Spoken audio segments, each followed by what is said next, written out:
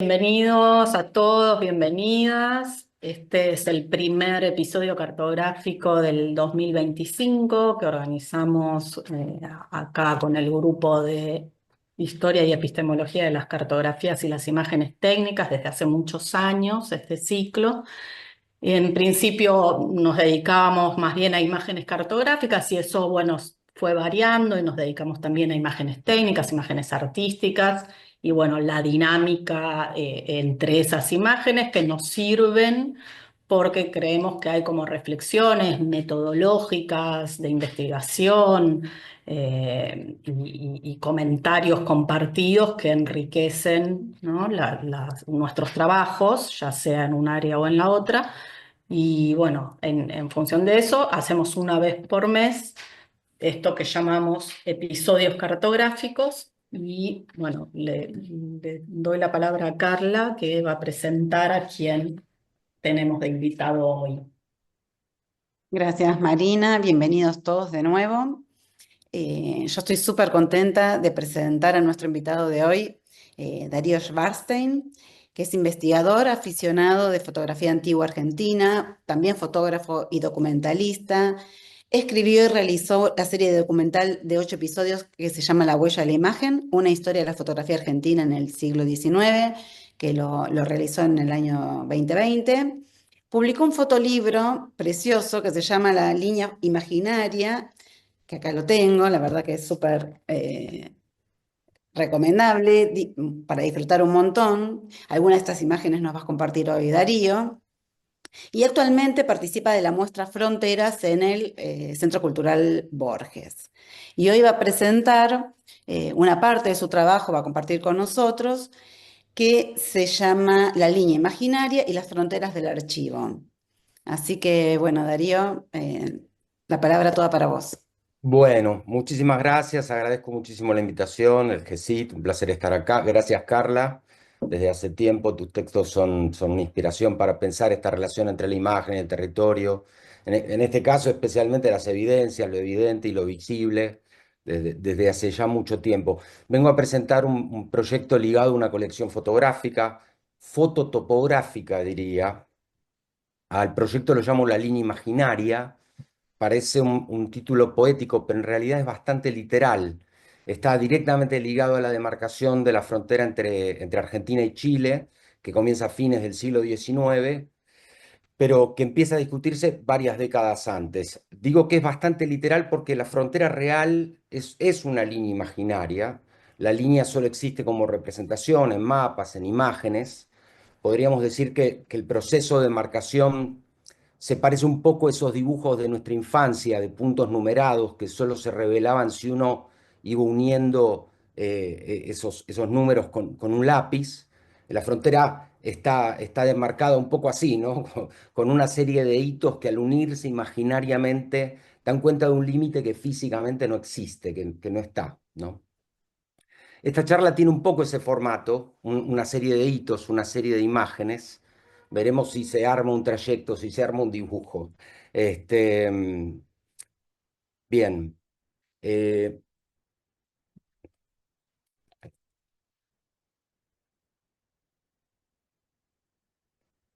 acá está el libro que mencionaba Carla.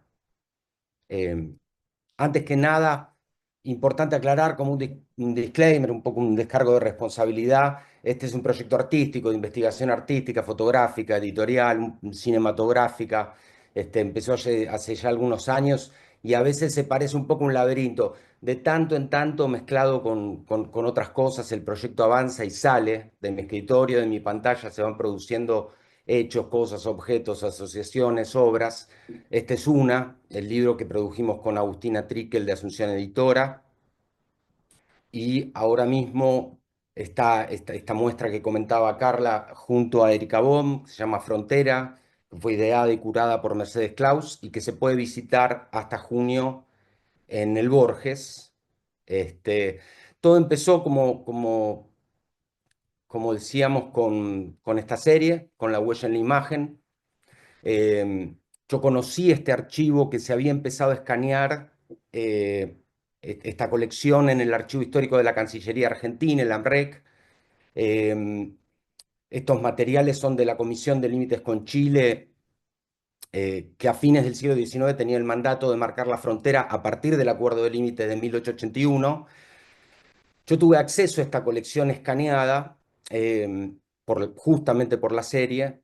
Algo interesante es que al final de la serie, cuando recogimos las autorizaciones de los distintos lugares, lo que se conoce en el mundo audiovisual como releases, y le pedimos las autorizaciones para usar reproducciones a este archivo, fueron los únicos que nos contestaron que no necesitábamos ninguna autorización, porque la Ley de Acceso a la Información Pública 27275, en el artículo segundo nos daba el derecho a recibir, copiar, analizar, reprocesar, reutilizar y redistribuir el material. Yo me tomé eso a pecho, al pie de la letra, casi, ¿no?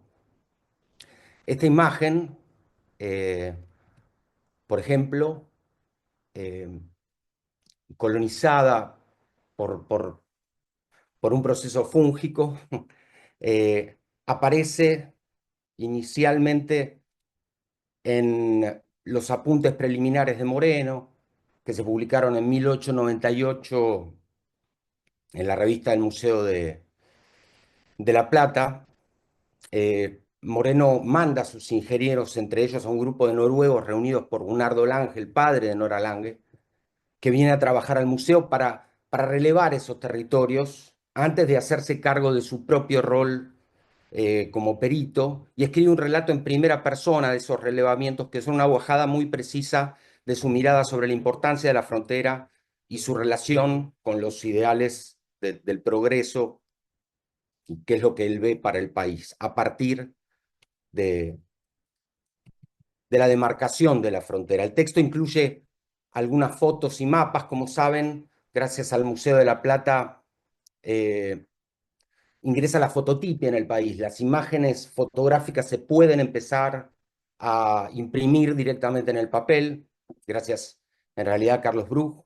Es la primera tecnología para imprimir fotos directamente en libros. Entonces, en este texto se imprimen una serie de panorámicas que presentan estos paisajes desconocidos, que iban a integrarse al territorio nacional a partir de la demarcación. Son panoramas hechos de tomas múltiples. El fotógrafo, en este caso el topógrafo, va girando sobre el eje de la cámara y va tomando una imagen seguida de otra. Cada imagen cubre unos 40 grados de campo visual, de modo que en unas 9, 10 imágenes el fotógrafo da una vuelta completa alrededor del eje de la cámara. Vamos a seguir hablando sobre estas imágenes científicas que más adelante, 5 años más tarde, como ya lo trabajó Carla, se van a convertir en infografías, en fotos geolocalizadas ligadas a un mapa, una especie de Google Maps y Google View analógico del siglo XIX, que un poco busca convertirse en una evidencia irrefutable de la posición argentina, algo bastante novedoso tecnológicamente en la época. Pero quizá lo más interesante es que en ese periodo de la serie yo me encontré con una cantidad de archivos, conocí decenas de archivos en colecciones públicas y privadas, acá en Argentina, en el extranjero. em, pero cuando vi este archivo había algo particular, tenía algo que yo no había visto nunca. Las imágenes de esta colección tenían una extraña cualidad contemporánea que me llamó la atención inmediatamente.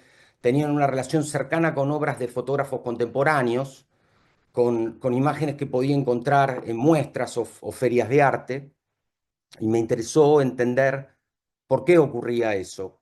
Eh, Estas son imágenes científicas del siglo XIX que parecían fotografías artísticas del siglo XXI, acababan de ser escaneadas, un poco como si el paso del tiempo por alguna razón hubiera transformado esas imágenes.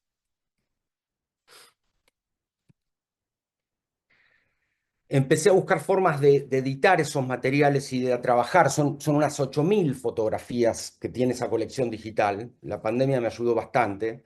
También me ayudó mucho un libro que estaba en mi biblioteca, que es Breve Historia del Error Fotográfico, de Clement Giroux. Fue muy útil gracias al libro entendí que una de las razones por las que estas fotos parecían obras recientes era justamente que la colección conservaba el error fotográfico. Em, Quizá por ser documentos diplomáticos, por razones que no termino de saber, esas fotos que solían descartarse en el siglo XIX se conservaron. Eh, Eso era justamente lo atípico, ¿no? Eh, Justamente en el siglo XIX, por la concepción funcionalista que tenía la fotografía en la época, las fotos fallidas se descartaban. Además, los soportes se podían reciclar, volver a utilizar. El fotógrafo era un alquimista que tomaba una placa de vidrio, la emulsionaba, la sensibilizaba y si la foto no salía, podía reciclarla, volverla a usar. Pero a partir del gelatino bromuro, las placas industriales, que ya venían listas para ser usadas, se sacaba de una caja, se ponía en la cámara y eso hizo proliferar a los fotógrafos aficionados y también hizo proliferar los errores, ¿no? Entonces, yo busqué una manera de editar esos errores, hice una especie de gran documento en InDesign con grandes paneles warburgianos en los que fui separando eh, los tipos de errores que yo fui encontrando, una especie de inventario, imágenes subexpuestas, sobreexpuestas, solarizadas, fuera de foco, movidas, quebradas, con encuadres extraños, imágenes superpuestas, dobles exposiciones, imágenes donde aparecen inadvertidamente personas u objetos, bueno, imágenes veladas. Incluso en un principio el deterioro me pareció un error de conservación, de alguna manera lo percibí de esa manera inicialmente, ¿no? Eh, y bueno, fui trabajando de esa manera y achicando la edición para pensar cada vez más en detalle en cada una de esas imágenes. En el ensayo de Giroux, él hace una apuesta al error fotográfico como una herramienta cognitiva. Dice, en sus errores, en sus accidentes, en sus lapsus es que la fotografía se entrega por completo y donde se analiza mejor. Y después propone, para ir más allá de la simple numeración, para hacer avanzar el análisis del error, es preciso encontrar el origen de descubrir lo que falla en el seno mismo del proceso fotográfico. Así que, bueno, tengo algunas imágenes para presentar, siguiendo esa idea, rescato algunas rápidamente a la pasada. Por ejemplo, esta, que es de las que hay muchísimas en la colección, tienen una pequeña fuga, el fuelle de la cámara que deja ese tajo, un poco como adelantándose a Fontana, ¿no? Parece una especie de tajo de Fontana, ¿no? Eh, Algo que me pasó con estas fotos es, yo creo que, bueno, mi imaginación se anticipan a procedimientos del mundo del arte o la fotografía que vendrían después, tras las vanguardias. Este, y generalmente veo en alguna de esas fotos, en esos fallos, errores anteriores a que el error se convirtiera en un motor de la creación artística. Como eso, imágenes adelantadas a su época. Acá tenemos estas dos verticales que hacen una panorámica pictorialista, un poco el efecto producido muy posiblemente por un proceso fúngico y porque le colocaron arriba otras dos placas de vidrio.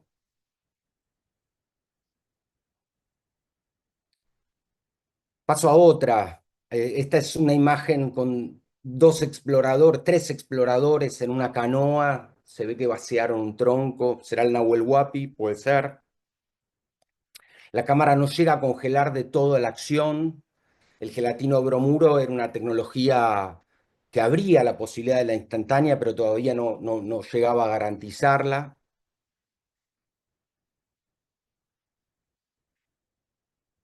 Acá un retrato extrañísimo que sobre el margen izquierdo recorta un personaje, posiblemente un peón, dejándolo casi totalmente fuera del cuadro. En cambio, revela en el piso las sombras de los fotógrafos. Una imagen que debió haber sido descartada y sin embargo está ahí y subsistió entre muchas otras que tienen estas características. Como pieza fotográfica es totalmente ajena a su época, en mi opinión. Acá una imagen muy común, yo la llamo retratos de Teodolito, el retrato de un Teodolito, ¿no? Aparece como un Teodolito humanizado en algún lugar,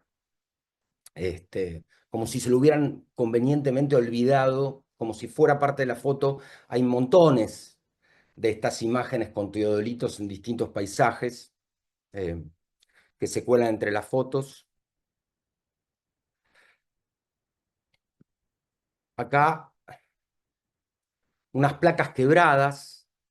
La gente del archivo de Cancillería convirtió algunas de estas placas quebradas en obras al digitalizarlas.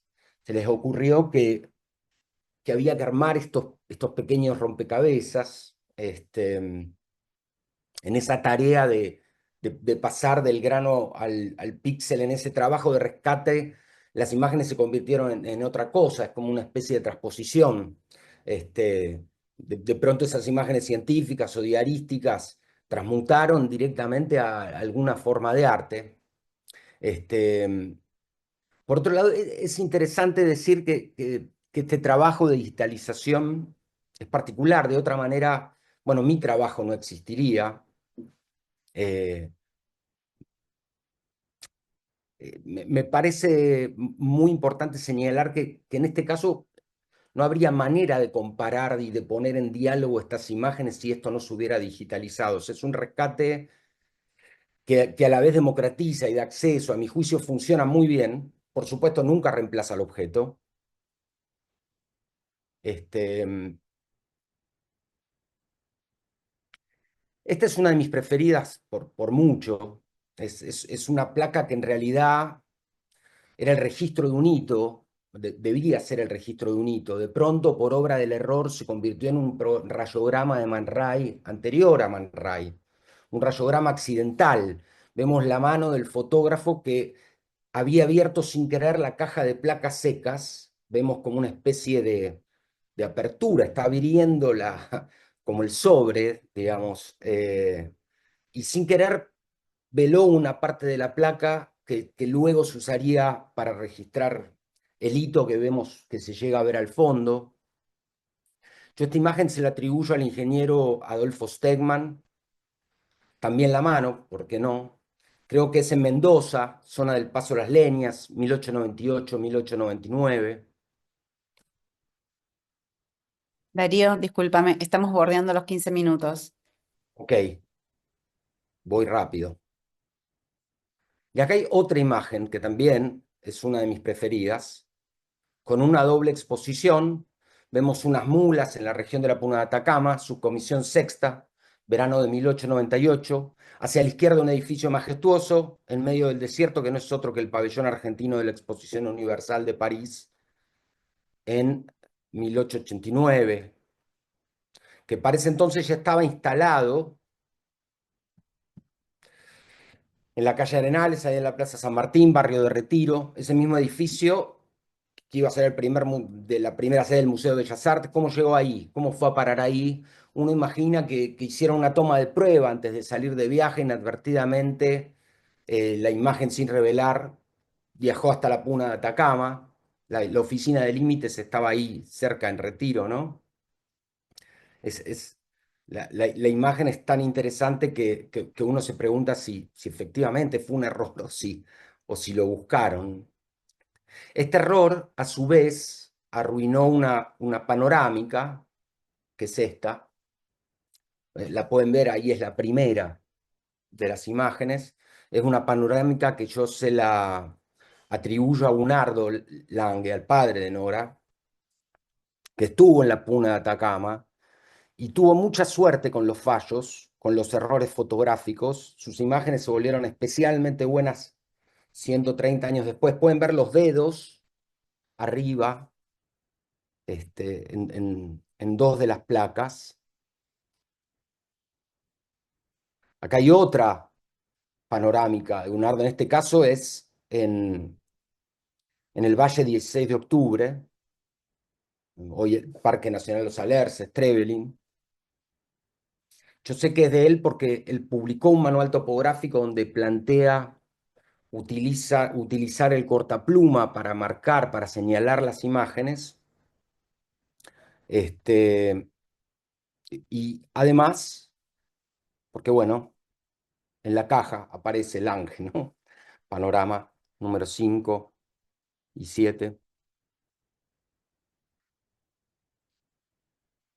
Y es interesante en este caso el tema de las manos, porque lo que las manos nos revelan es que efectivamente giraban a través del eje, alrededor del eje de la cámara. Yo creo que lo que se buscaba en ese caso es cubrir todo, utilizar esas imágenes en relación con el mapa de acuerdo a las necesidades que tuvieron. Claro, cuando la cámara giraba necesariamente se enfrentaba con el sol y para tapar algún destello del sol, Gunardo metía la mano ahí.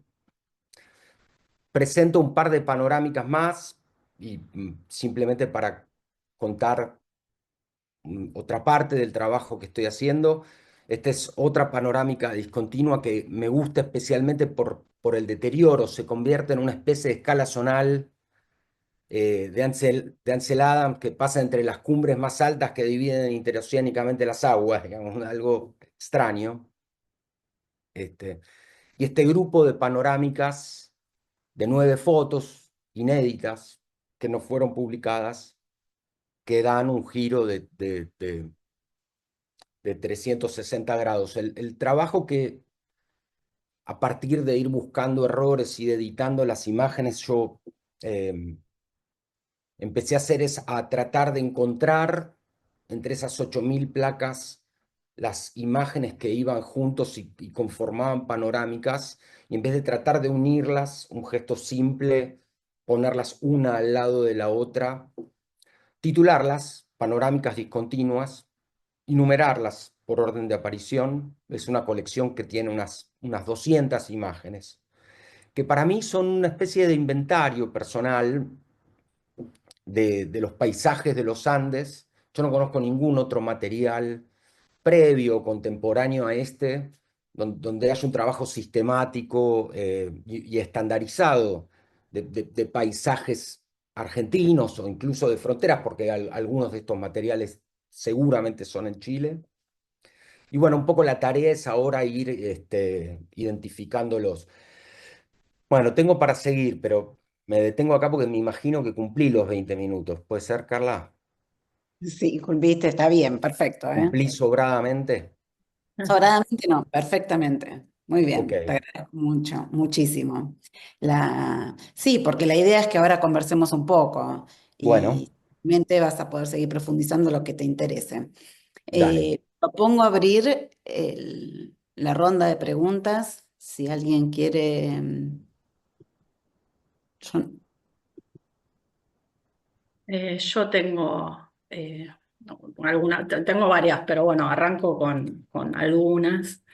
Eh, bueno, Darío, muy interesante. No conocía tu trabajo, me gustó mucho. Es un archivo espectacular con el que estás laburando. La Y verdad me que parece sí. súper Para- interesante las reflexiones que propones. Eh, en dos cosas pensé constantemente mientras hablabas de esto de error, o en tres. Una es en la cuestión del error como problema de investigación en el siglo XIX en torno, bueno, yo trabajo con historia de la astronomía, ¿viste? Entonces, lo que se llamaba la ecuación personal, que también es importante para trabajos topográficos, etcétera, tiene mucho que ver con esa idea de que en el siglo XIX el propio error se transforma en un problema de investigación, ¿no? Digamos, en los observatorios ocupa cada vez más tiempo de investigación el problema del error, ¿no? En torno, por ejemplo, a la ecuación personal, el error como problema de investigación. Y eso, bueno, tiene muchas similitudes con cosas que estuviste hablando. Y otra cosa que pensé es el problema de lo que se llama la imagen artefactual en las imágenes microscópicas, que es la imagen no de aquello que se distancia de la realidad, sino de aquello que, al no ser buscado intencionalmente, puede producir una confusión en torno a la naturaleza de la muestra que se mira, ¿no? O sea, lo que se llama artefactual en las imágenes microscópicas es cuando vos te confundís alguna manipulación de la muestra con la naturaleza de la muestra, ¿no? Y en ese sentido, cuando mencionaste recién este manual que leíste, con el que pudiste descifrar la autoría de alguna de las fotos por cómo estaban cortajeadas, ¿no? Te quería preguntar cómo, o sea, en tu propia investigación, ¿cómo haces para poder distinguir esos dos tipos de manipulaciones de las muestras, digamos, ¿no? Aquella que es intencional, en la que se busca ahí una artificialidad, pero a propósito, con algún sentido, y aquellas en las cuales, bueno, hay una equivocación, una manipulación equivocada del material fotográfico, de la cámara Sí. o lo que sea, ¿no? Es difícil saber, conocer la intencionalidad, Mm, digamos, un poco yo lo planteo en una de las fotos, ¿no? Es tan bueno el accidente que uno piensa de pronto fue buscado, o sea, claro, digamos, o sea, la aparición justo del pabellón argentino en la Exposición Universal de París, en la Puna de Atacama, que es todavía un sitio hiper remoto.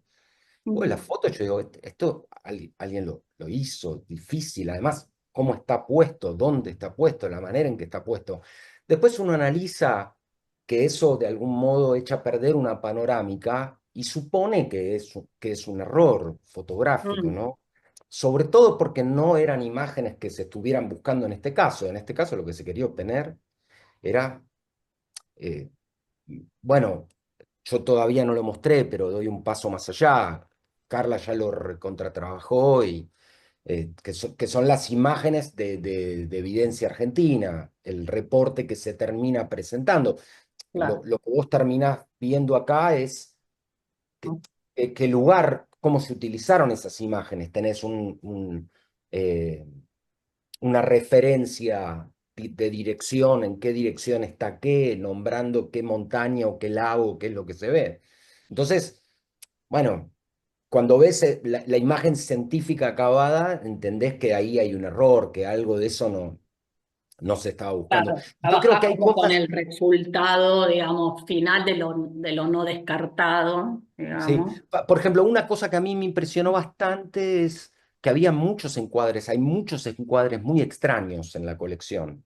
Claro, y terminé entendiendo que los encuadres extraños donde cortaban un caballo a una persona por la mitad, es porque a la hora de hacer una panorámica, de pronto, no podían correr todos los caballos para el otro lado, correr viste, el teodolito, mover todo el lugar.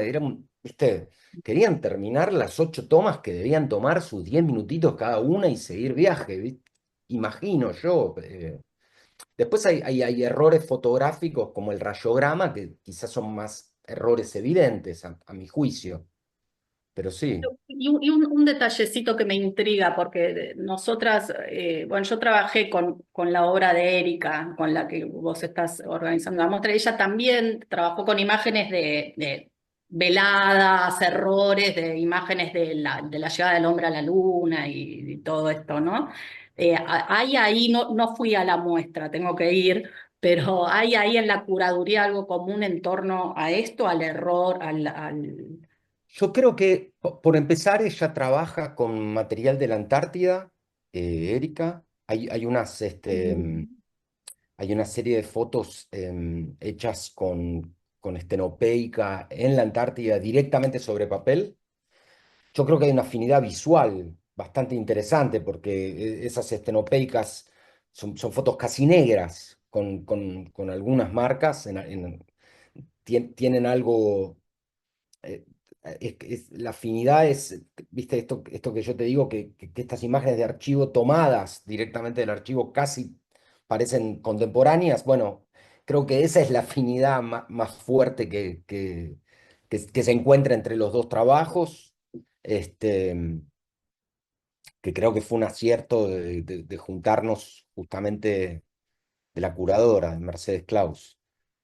Y bueno, la obra de ella es lindísima, ¿no?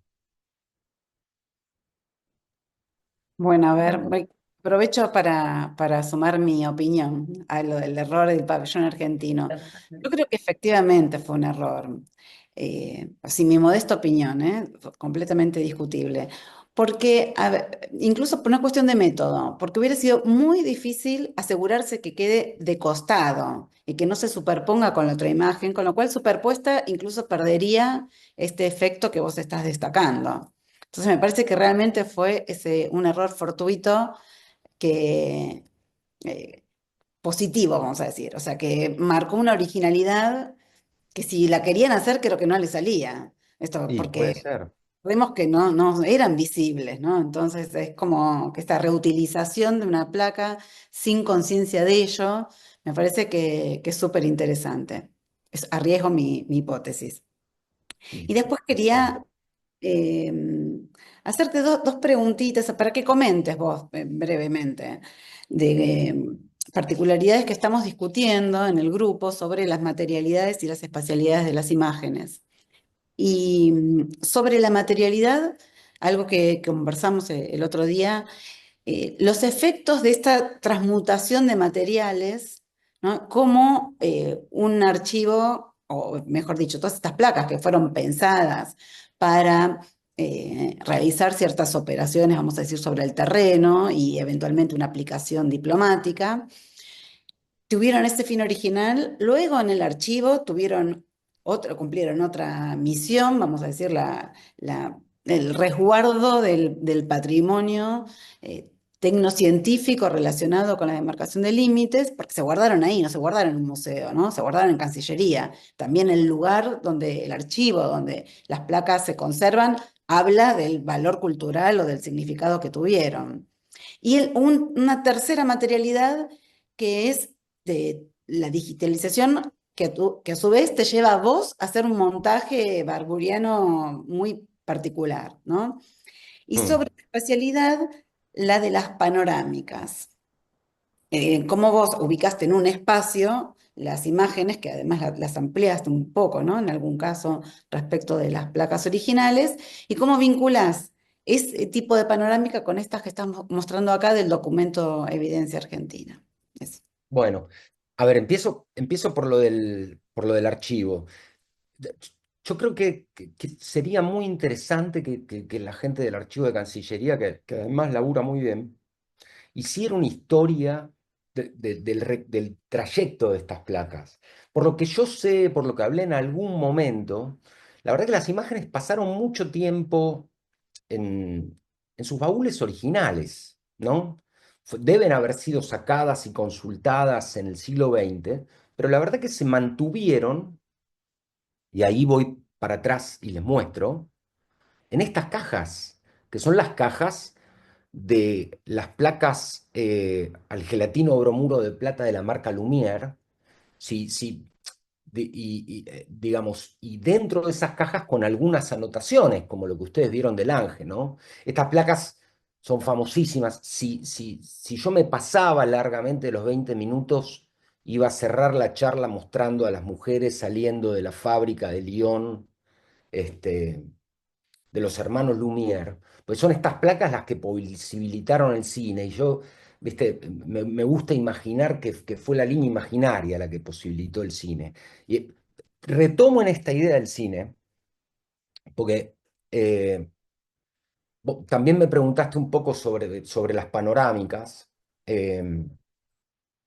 Yo creo que la particularidad que tienen estas panorámicas sobre panoramas que ya venían armados o cámaras para hacer panoramas, es que estas podían ampliarse bastante, rearmarse, justamente porque cada una de estas placas de 13-18 daba esa posibilidad, ¿no?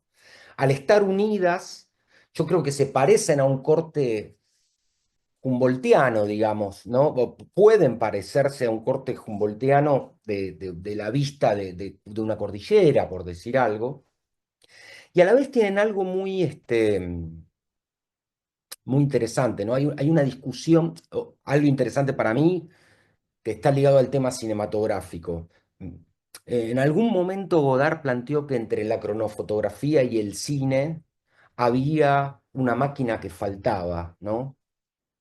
Y hay un libro muy interesante de Dubois que se llama Fotografía y Cine. Él plantea que esa máquina que falta es la panorámica, ¿no? ¿Por qué? Porque la panorámica, tanto en el cine como en la fotografía, es prácticamente lo mismo. Uno puede hacer un paneo dentro de esta panorámica y recorrerla.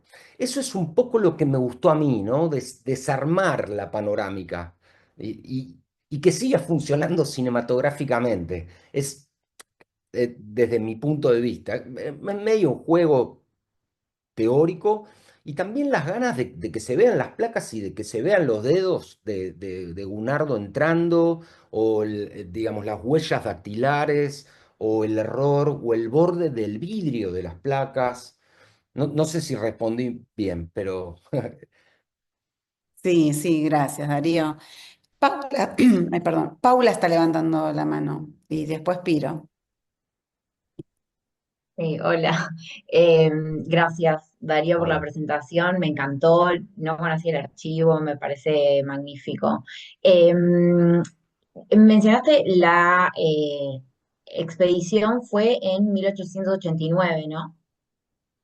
No, esta es la demarcación. Yo, nuevamente, el disclaimer, yo no soy ni historiador, ni geógrafo, ni estudioso de este tema, soy un curioso, ¿no? Digámoslo, Ujú.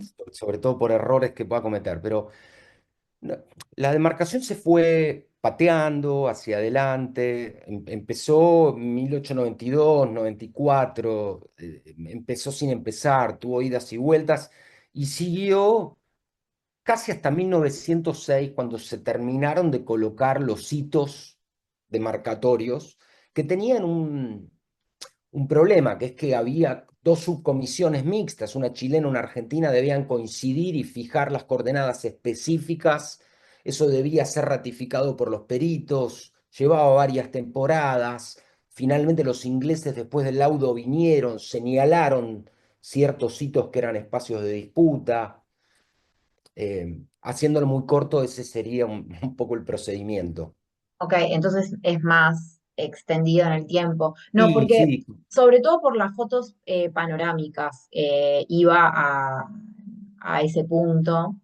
Yo trabajo los panoramas y como cuando empecé a buscar en la parte de cómo llegaron los métodos de fotografía panorámica, encontré eh, y que me parece que está, o sea, a ver, lo estoy viendo en la computadora, en la presentación, no termino, no llego a reconocer exactamente, pero me parece que están coexistiendo las dos tecnologías de fotografía panorámica. Esta, que es la de foto fija, que es lo que mencionabas, que se va rotando el trípode, y la otra es la cámara con film, o el sea, la cinematógrafo, cámara digamos. Ah, ok, sí, eh, total, sí.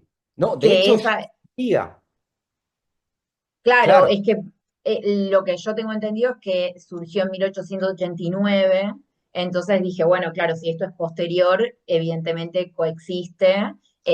Yo encontré fotos panorámicas así de tira de la Sociedad Fotográfica Argentina de Aficionados, también en expediciones no tan científicas, un poco más turísticas, eh, pero acá lo curioso es que están los dos, como las dos tecnologías, y me llama la atención como qué decisiones habrán tomado para elegir una u otra. sí. Quizás es Es- azaroso, quizás una sí, era como tan nueva y no era sencillo de manipular, pero sí.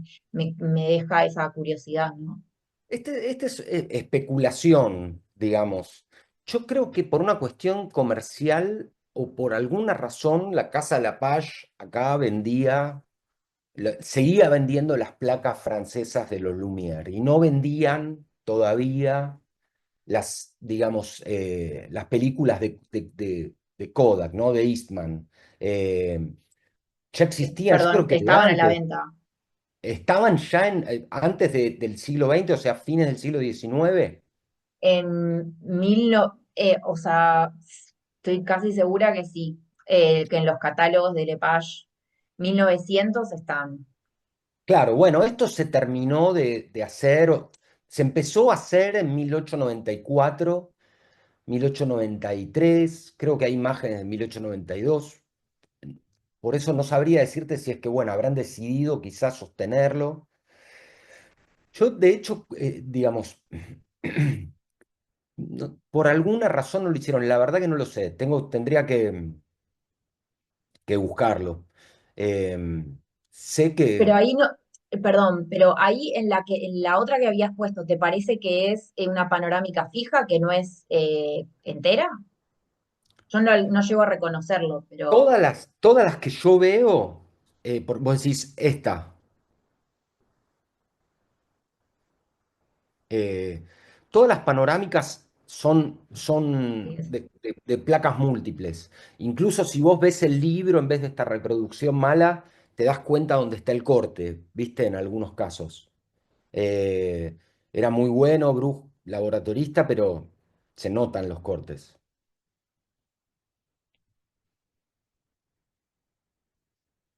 Es interesante el claro. tema del panorama.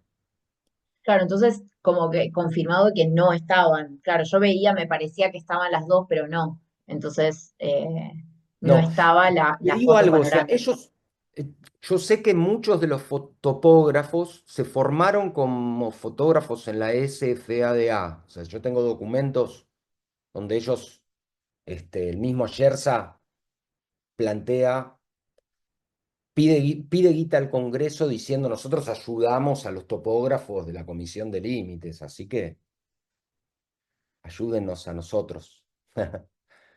Así que supongo, debe haber alguna razón, o bien empezaron a usar la película años después, o ya habían empezado a usar las placas y quisieron continuarlo, algo así. Bueno, para ir Gracias, pensando. Mari. Gracias.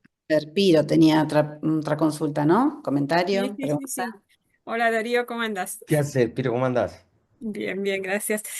Bueno, tengo un par de preguntas. Empiezo con un comentario muy, digamos, pequeño, que mencionaste que en unas cuantas imágenes ves el teodolito.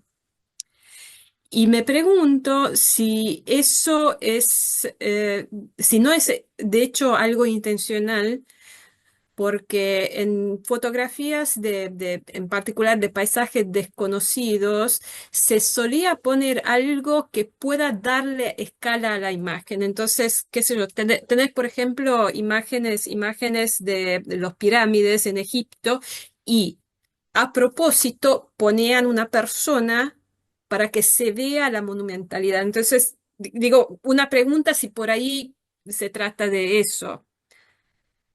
Es probable, tranquilamente puede ser, por Ujú, por lo menos en esta foto que yo presenté acá, es un retrato tan bueno del Teodolito, funciona ujú, tan bien que uno imagina que lo hicieron posar, ¿viste? ujú. Eh, También yo creo que hay muchas otras imágenes en las que aparece por desidia, ¿entendés? Como que mientras el teodolito no afectara el horizonte, que era lo que a ellos les interesaba, Sí. bueno, que se cuele ahí, ¿viste? Ujú, Lo mismo que los caballos o los peones, pues si no, para cada imagen había que ir moviendo todo a ujú, todo el mundo. ujú, ujú, Hay una imagen que yo no traje acá, que también es de Gunardo Lange, donde vos tenés una panorámica genial, pero ves el piso y está todo el campamento tirado por el piso. Porque ujú, él sabe que en realidad lo que interesa, lo que se va a usar en todo caso es el ujú, horizonte. Sí, ujú. acá, ¿viste? ¿Qué sé yo? Ahí, digamos, se me ocurren dos detallecitos más que, bueno, a ver, hubo muchas fotografías de la construcción de las líneas de trenes, donde, digamos, algún ingeniero se metía en la imagen por ese mismo propósito. Eso por un lado. La otra cuestión que, a ver, estamos ahí todavía al límite de la posibilidad de la reproducción fotográfica. Entonces, eh, las imágenes, estamos, parte de la intención puede haber sido que igualmente esas imágenes van a reproducirse como, como grabados. Entonces, si está algún detalle en la imagen fotográfica, no importa tanto porque si la reproducción es a través de un grabado, eso igual digamos, no se va a pasar al grabado. Digo, para tener esa idea que por ahí el error tampoco les interesaba tanto, tanto, tanto. Es verdad, yo creo que es verdad. Primero era incontrolable el error. Imagínate esos viajes con placas de vidrio, muy Ujú. difícil de comprobar. Sí, sí, sí. Y después, este, yo creo que en el fondo, em, siguiendo un poco lo que ya hace tiempo largo dijo Carla, yo creo que el valor más importante de la fotografía en este caso era un medio de persuasión, digamos. Eran fotos científicas, pero sobre todo era un medio de persuasión, entre comillas, científico. No sé si se entiende lo que quiero decir. Era un medio, digamos, la idea de que apuntalara como evidencia gráficamente la posición argentina, eh, eh, presentando esta nueva tecnología que aportaba verdad a la posición del reclamo argentino. Ujú, eh, bueno, quizás se podía permitir errores, podía ujú, permitir que apareciera un caballo abajo, que apareciera el todolito, que pasara esto, lo otro, porque en realidad la función era otra, era hacer una infografía en la que yo te dijera, mira, esto que yo te digo que es así porque fue fotografiado. ujú. ¿Viste? Y en ese acto fotográfico hay una apropiación simbólica. Totalmente, que a mí es lo que más me interesa de este archivo y me parece que es un poco lo que estoy empezando a tratar de hacer y a tratar de impulsar, que es a tratar de ubicar las imágenes. Yo no conozco los Andes y tengo un poco la necesidad, el deseo de empezar a ubicar estas imágenes y un poco la intención en algún momento de que esto sea una película y ir a buscar esos Ujú, paisajes. ujú, Hoy, ¿no? Eso sería ujú, interesante. ujú, Antes hay que saber dónde están. En algunos casos se sabe, ¿viste? Entonces, bueno, hay que empezar para mí tengo que empezar a abrir el proyecto de hablar con andinistas, con clubes de andinistas, con ujú, gente de otras provincias. Hay, hay, hay un montón de gente que anda y pulula ujú, por los ujú, Andes, ¿no? ujú. Ahora, Claro. Paula, yo tengo dos preguntas más. Si querés agregar a eso. ¿Qué cosa? No, No. que te quería mostrar, hay dos libros que yo no llegué a mencionar. Uno es de Holditch de 1894, muy poco conocido acá, por lo menos que yo sepa, Ujú, nadie lo trabajó todavía. Mira, tiene Indian Guides, los indios guías. Los indios ujú, terminaron siendo guías de las subcomisiones. The Countries of the King Award, o sea, en realidad quiere decir digamos, los países del laudo real o del rey, ¿no? Y acá hay un montón de imágenes, muchas imágenes de Bruj, muy distintas, muy pocas imágenes científicas, ¿no? Imágenes turísticas al ujú, estilo inglés. ujú, Después, otra cosita chiquita que quería agregar, bueno, esta foto que para mí también es una de mis preferidas, hay ujú, personas, eh, y es una foto que para mí contiene una película entera. Es una foto rara. Yo no vi fotos de este estilo a fines del siglo XIX, ¿no? Uno tiene la sensación la mirás un rato, tenés la sensación de escuchar el sonido del viento, de sentir el frío, está un poco movida también, no termina de fijar. ujú, Yo pensé que era una foto que los habían agarrado infraganti, digamos, y me encontré en este otro libro de Clemente Onelli, 1904, que muy interesante, que usa muchas de las fotos de la Comisión de Límites, justo las que no están en este archivo en el que yo trabajo, Acá tenés otra versión, la versión buena de esa, la supuestamente buena de esa foto. Ujú, Pone puntos negros en tanta blancura. Me gusta el epígrafe. Ujú.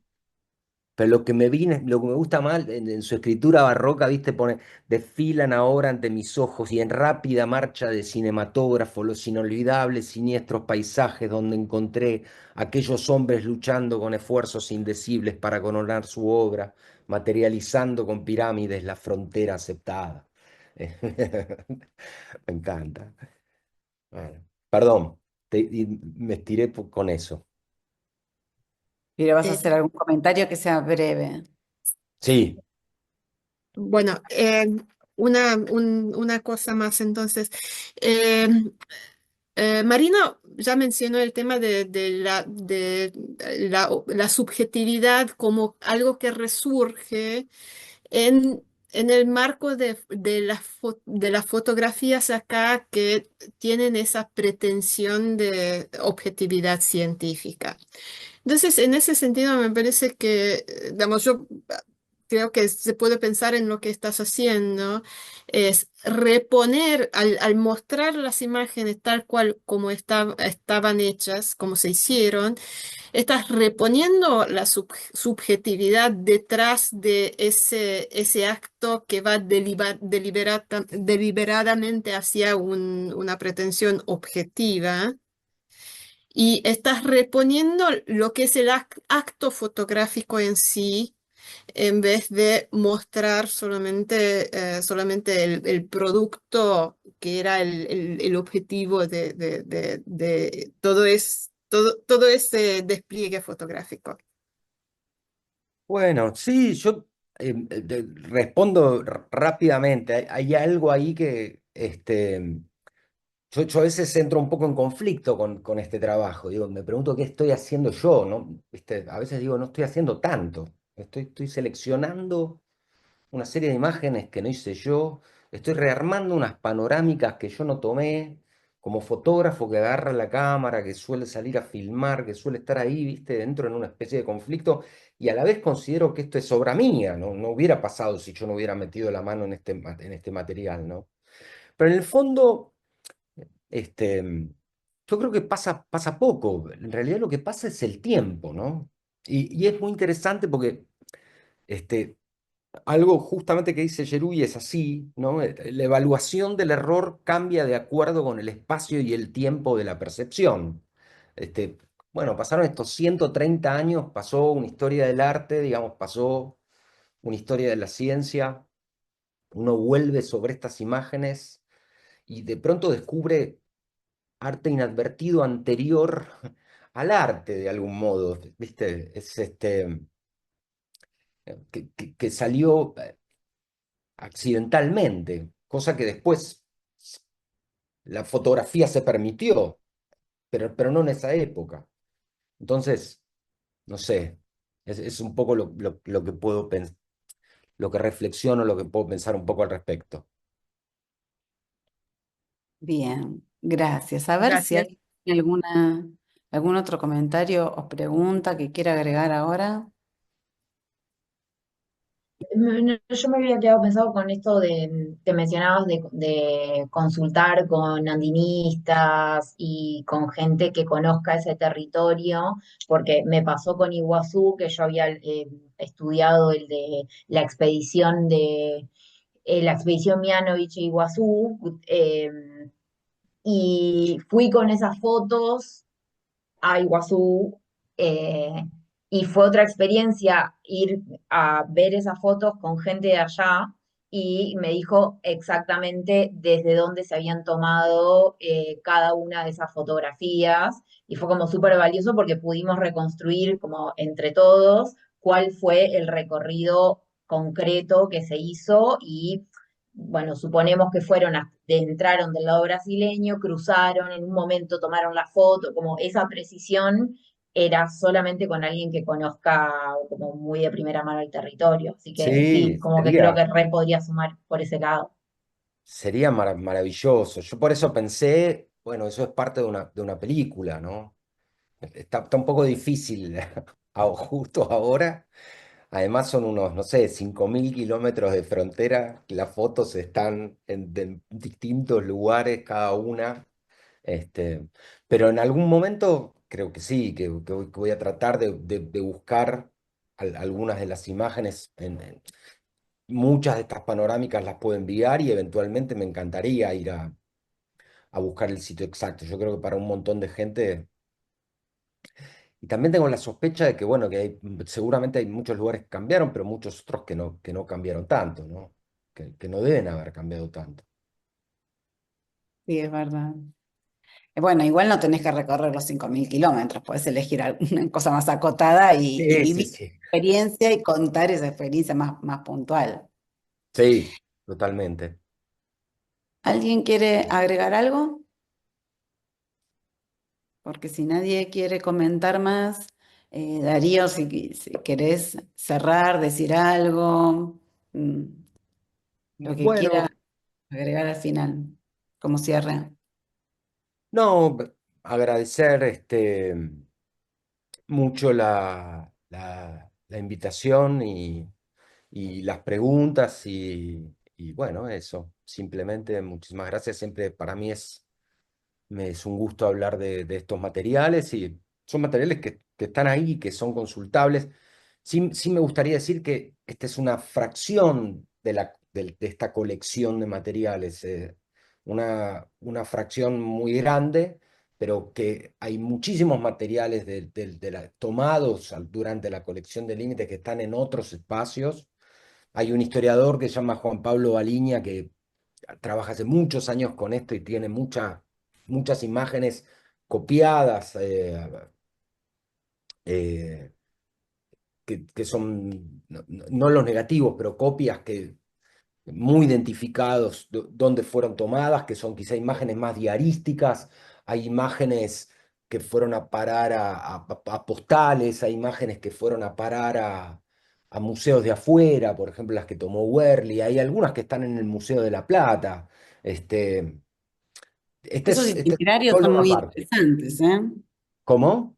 Esos itinerarios a distintos formatos de las postales, los museos, es algo muy interesante de explorar. Sí, sí, sí, sí, es súper interesante. De hecho,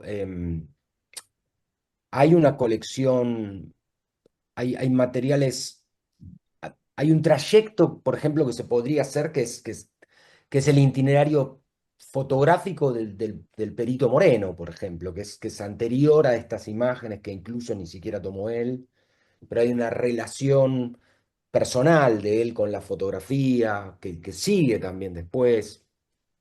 Hay muchas puntas abiertas de un espacio y de un tema que me parece central, ¿viste? Ponerle el contorno más largo al país. Y en esta colección también hay, quizá para cerrar es interesante, em, también están los negativos de la Comisión de Límite con Bolivia, que ocurrió exactamente al mismo tiempo y que dirigió la Escuadra.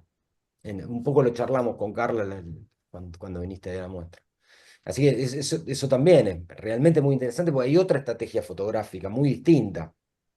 Eh, no tan distinta, pero distinta. Este, Sí, es verdad.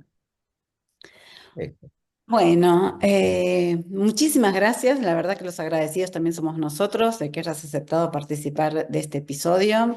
El material muy interesante, pero sobre todo tu análisis muy reflexivo. Son temas muy cercanos a los que nos interrogamos nosotros permanentemente en el grupo y seguramente es el inicio de intercambios mucho más fluidos. Esperamos que así sea.